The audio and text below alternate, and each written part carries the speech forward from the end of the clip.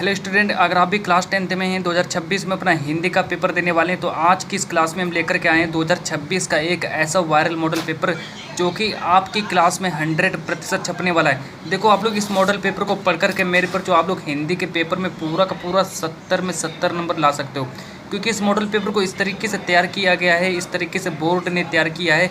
और बोर्ड ने देखो सीधा डायरेक्ट इसलिए, और बोर्ड से हम पेपर लाए हैं, सीधा डायरेक्ट बोर्ड से उठा लाए हैं और आप लोगों को सॉल्व करवा दे रहे हैं। क्योंकि स्टूडेंट देखो, मैंने इस पेपर को ऑफलाइन भी सॉल्व करवाया है, मैं इस पेपर को ऑफलाइन भी सॉल्व करवा चुका हूं, जिसमें से मैं 20-30 हज़ार बच्चों को ऑफलाइन कोचिंग भी पढ़ाता हूं, उसमें से मैंने इस मॉडल पेपर को सॉल्व भी करवा चुका हूं, है ना। तो अब मैंने सोचा कि अब आप लोगों को भी इस मॉडल पेपर को पूरा का पूरा सॉल्व करवा दूं और आप लोगों के 70 में 70 नंबर पक्के हो जाएँ।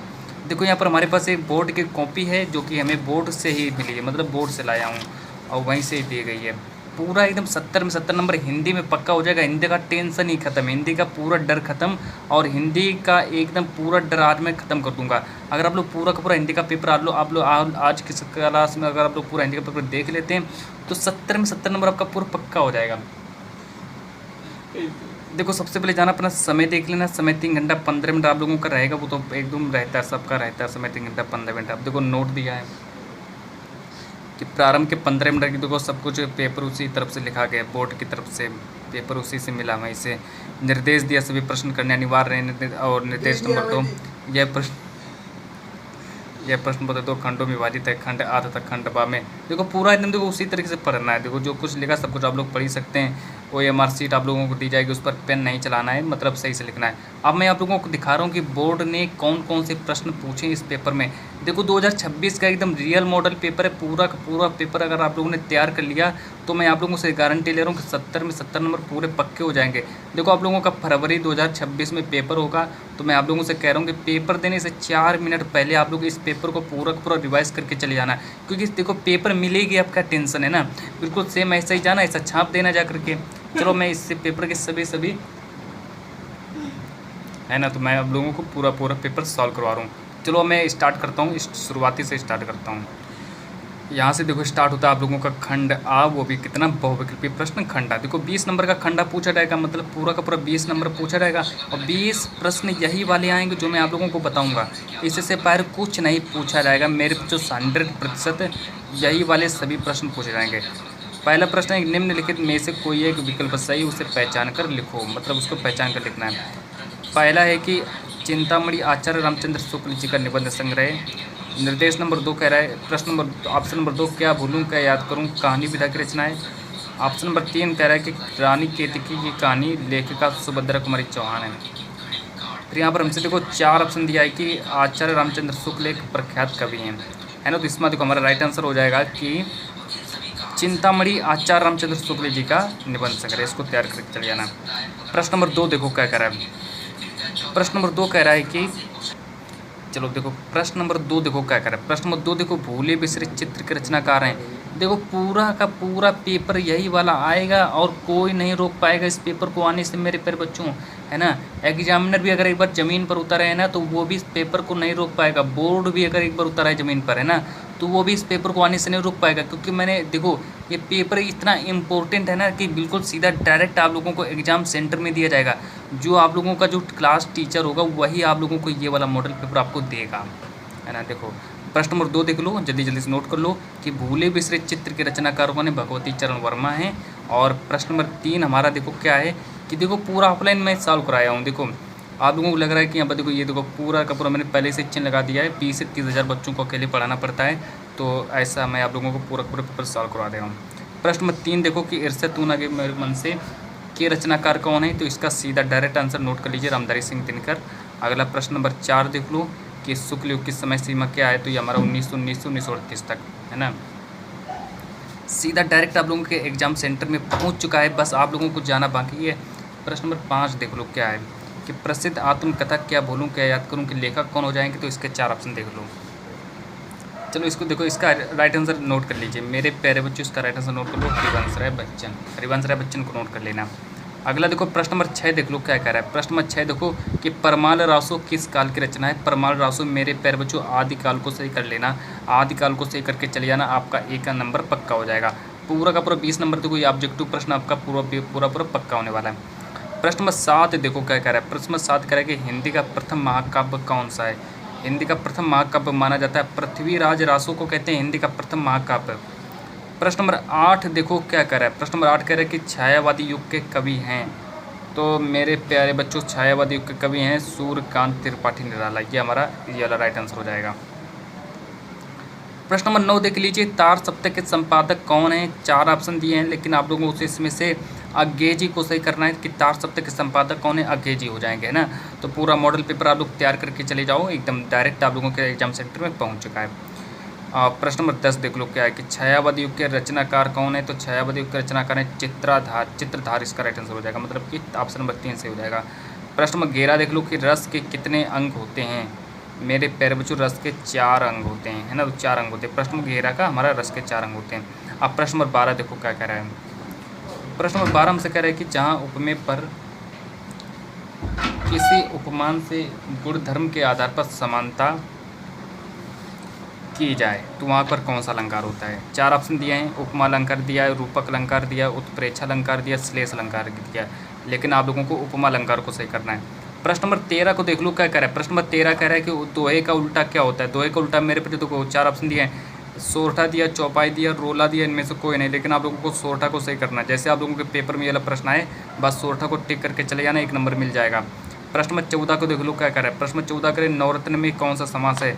मेरे पैर जो 4 ऑप्शन देख लो। पहला ऑप्शन है कर्मधारय समास, दूसरा ऑप्शन है द्विगु समास, तीसरा ऑप्शन है द्वंद्व समास, चौथा मतलब बहुब्रीहि समास। तो इसका हमारा द्विगु समास सही हो जाएगा।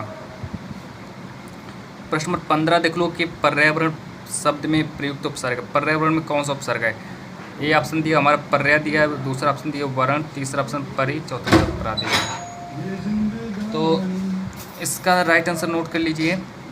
इसका राइट आंसर हो जाएगा हमारा ऑप्शन नंबर 3 हमारा पूरा सही हो जाएगा। तो परि हमारा पूरा सही हो जाएगा। प्रश्न नंबर 16 को देख लीजिए। प्रश्न नंबर 16 पूरा का पूरा पेपर आप लोगों का लीक हो चुका है, पूरा पेपर छाप दिया मैंने कि युष्मासु की विभक्ति एवं वचन बताइए। चलो इसका देखो, ये ऑप्शन दिया ये, और दूसरा ये दिया, तीसरा ये, तो आप लोग सप्तमी बहुवचन को नोट करके चले जाना। प्रश्न नंबर 17 देखो, जिस वाक्य में 2 या 2 से अधिक वाक्य समुच्चय भौतिक शब्दों से जुड़ जाते हैं उसे क्या कहते हैं। मेरे पैर बच्चों देखो, ये ऑप्शन पहला ऑप्शन है संयुक्त वाक्य, दूसरा ऑप्शन है सरल वाक्य, तीसरा ऑप्शन है मिश्रित वाक्य, चौथा ऑप्शन इनमें से कोई नहीं, लेकिन आप लोगों को संयुक्त वाक्य को सही करना है। आगे देखो प्रश्न नंबर 18 कि मुझसे चला नहीं जाता, इस वाक्य में किस प्रकार का वाच्य है। मुझसे चला नहीं जाता किस प्रकार का वाच्य है। तो मेरे पर 4 ऑप्शन देख लो, कर्तावाच्य और ये कर्मवाच्य प्रयोग, और तीसरा ऑप्शन दिया है कि भाववाच्य, चौथा ऑप्शन इनमें से कोई नहीं, लेकिन आप लोगों को हमेशा भाववाच्य को ही सही करना है। जैसे ही प्रश्न है भाववाच्य, बस भाववाच्य पर क्लिक करके चले जाना। आगे देखो दिया है प्रश्न नंबर 19 कि बत्ती शब्द का तत्सम रूप क्या होता है। ए ऑप्शन दिया अगरबत्ती, बी ऑप्शन दिया बतख, वर्तिका और हंस, लेकिन आप लोगों को यहाँ पर कौन सा सही करना है। तो देखो अब प्रश्न नंबर 19 चलो मैं आप लोग से कमेंट में पूछ लेता हूँ, कमेंट कर दो मुझे प्रश्न नंबर 19 का कौन सा सही जवाब हो जाएगा।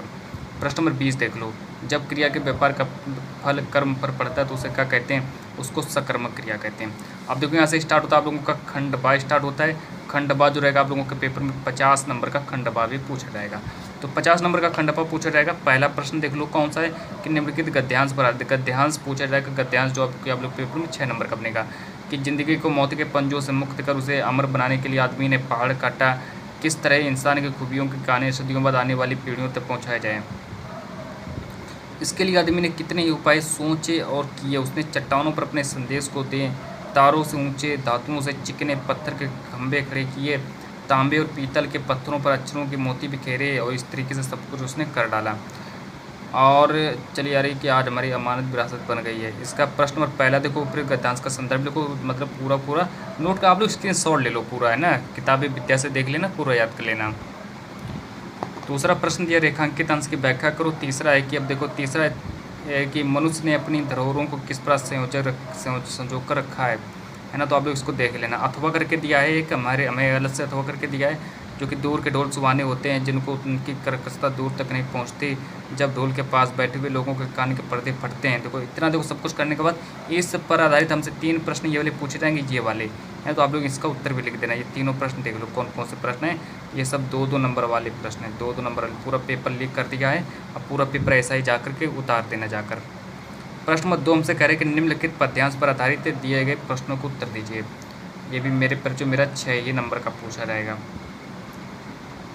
कि उदो मन्ना भाई 10-20 एक उतो सो गयो सैमसंग को अवरोधे ईस इंद्री शिथिल भाई केसो बिनु जेवि दे बिनसी से। इसको इतना पढ़ने के बाद फिर आगे बात करते। आशा लगी सेहत रहित तन श्वासा जीव ही कोटि बरिये से तुम तो सखा श्याम सुंदर के सकल जोग के ई से सूर हमारे नंद। इतना पढ़ने के बाद सब कुछ करने के बाद ये हमारा 6 नंबर का ये भी बनेगा। 6 नंबर कितना बन गया। और इतना देखो एक प्रश्न छोटी एक और ये प्रश्न दिया तो इसको भी याद कर लेना। एक अथवा करके दिया है, अगर इसका उत्तर नहीं याद है तो इसको सॉल्व कर लेना। कि किलकत कान कुटुंबनी आवत मणिमय कनक नंद के आवन, तो इसको भी तैयार कर लेना है ना। ये क्वेश्चन बैंक से इसको देख लेना। और यहाँ पर हमारा अथवा करके 2 प्रश्न दिए हैं, इस पर 3 प्रश्न पूछे जाएंगे। अब देखो यहाँ से स्टार्ट करते हैं आप लोगों का संस्कृत में स्टार्ट करते हैं। संस्कृत का 5-5 नंबर का संस्कृत में पूछा जाएगा कि भारतीय संस्कृति तो सर्वेशाम, ये आप लोगों का भारतीय संस्कृति से लिया गया है, इसको भी तैयार कर लेना। हिंदी से इस संदर्भ में व्याख्या करना 5 नंबर का पूछा जाएगा। एक अथवा करके दिया है, आप लोग इसका भी स्क्रीनशॉट ले लो कि नागरिका बहुकालम यावत अचिंत्यत, ये भी पूछा जाएगा है ना। तो 5 नंबर का अगर ये नहीं आता तो इसको कर देना, पूरा सॉल्व कर देना। आगे देखो प्रश्न नंबर 4 देखो, निम्नलिखित संस्कृत पद्यांश पर संदर्भ लिखना है। तो संदर्भ तो आप लोग लिख ही सकते हो है ना, इतना तो आप लोग होशियार हो ही गए हो। इस तरह बंधु सुखना निराम या सिर्फ पता पसंद, ये सब कर देना ऐसे ऐसे। और अगर आप लोगों को इसका उत्तर नहीं याद है तो एक अलग से मौका आप लोगों को दिया जाता है कि किंस्विद भवेन तमिम किंस्विद यश, इसके बाद कि किंस्विद सूर्यम किंस्विद सुखम और दास में पदम धम्यम, इसको भी देख लेना। अपने पठित खंड काव्य के आधार पर दिए गए किसी एक प्रश्न का उत्तर दीजिए। अब खंड काव्य पूछा जाएगा तो खंड काव्य का स्क्रीनशॉट ले लो, आप लोग जल्दी से ले लो। पेपर मतलब आप लोगों का मिल ही चुका है तो आप लोग पूरा स्क्रीनशॉट ले लो, इतना पूरा यहाँ से यहाँ तक देख लो। चलो आगे बात करते हैं। देखिए सब हमारा खंड काव्य है, खंड काव्य हमारा 3 ही नंबर का पूछा जाता है। लेकिन अगर आप लोग थोड़ी ज़्यादा अच्छा, जितना अच्छा लिखोगे उतना एक्स्ट्रा नंबर मिलता है। 3 से एग्जामिनर आप लोगों को 4 नंबर भी दे सकता है खंड काव्य में, है ना, अगर थोड़ा बढ़िया लिखोगे। अब देखिए यहाँ पर 6ठा प्रश्न हमारा यहाँ से स्टार्ट होता है, जीवन परिचय। कि दिए गए लेखक में से किसी एक लेखक का जीवन परिचय देते हुए उनकी एक प्रमुख रचना को एक रचना को लिख ही सकते हैं। इतने तो होशियार लोग गए। राजेंद्र प्रसाद, जयप्रकाश भारती, कुणालाल बत्सी, इन तीनों को याद कर लेना। याद करके चले जाना, एक मिल जाएगा। आगे देखो ऑप्शन, ये भी हमारा 5-5 नंबर का दोनों पूछा जाएगा। 10 नंबर का पूछा जाएगा। सूरदास, तुमितरंदपन, मादी गुरु रसका, इसको तैयार कर लेना, है ना। तो 5-10 नंबर पक्के हो गए, पूरा 70 नंबर क्लियर। अपनी पाठ्य पुस्तक में से कंठस्थ कोई श्लोक लिखिए जो इस प्रश्न पत्र में ना आए हो। एक श्लोक लिख देना, 2 नंबर का श्लोक आ जाएगा। चलो आगे बात करते हैं। अब देखो यहाँ से पूछा जाएगा आपके पेपर में एक पत्र लेखन भी पूछा जाएगा, जो कि 4 नंबर का पत्र लेखन आता है। कि अपनी गली मोहल्ले की सफाई, मान लिया आपके गली मोहल्ले में सफाई नहीं है तो आप लोगों को सफाई करवाने के लिए अधिकारी को पत्र लिखना है। अब अथवा करके आप लोगों को अगर इस पर पत्र नहीं लिखना आता है तो इस पर भी पत्र लिख देना। अपने प्रधानाचार्य को अपने बड़े भाई के विवाह में, मतलब आप लोग के शादी दी अगर घर में है तो उसके लिए पत्र लेखन पूछा गया है। ये हमारा प्रश्न नंबर 9 दिया है कि संस्कृत में उत्तर देना है। ये सब उत्तर आप लोग नोट कर लो इसको। एक निबंध देखो इसमें पूछा जाएगा कि आतंकवाद की समस्या समाधान, बेरोजगारी, वृक्षारोपण, विज्ञान, सामाजिक बुराई। इतना सब लोग याद करके चले जाना, पूरा पेपर लीक एकदम।